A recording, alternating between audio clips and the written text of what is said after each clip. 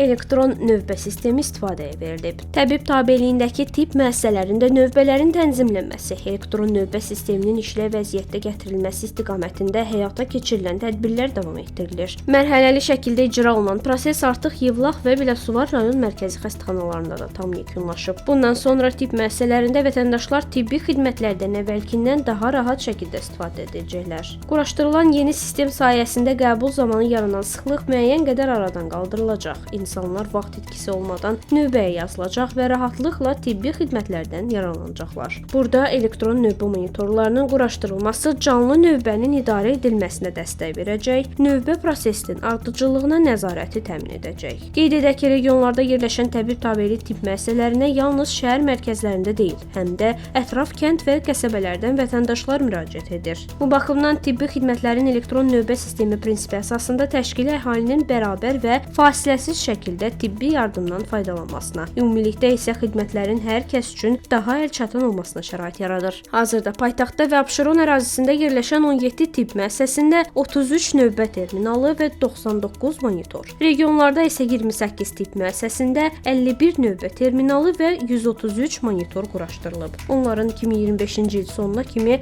tam istifadəyə verilməsi nəzərdə tutulub.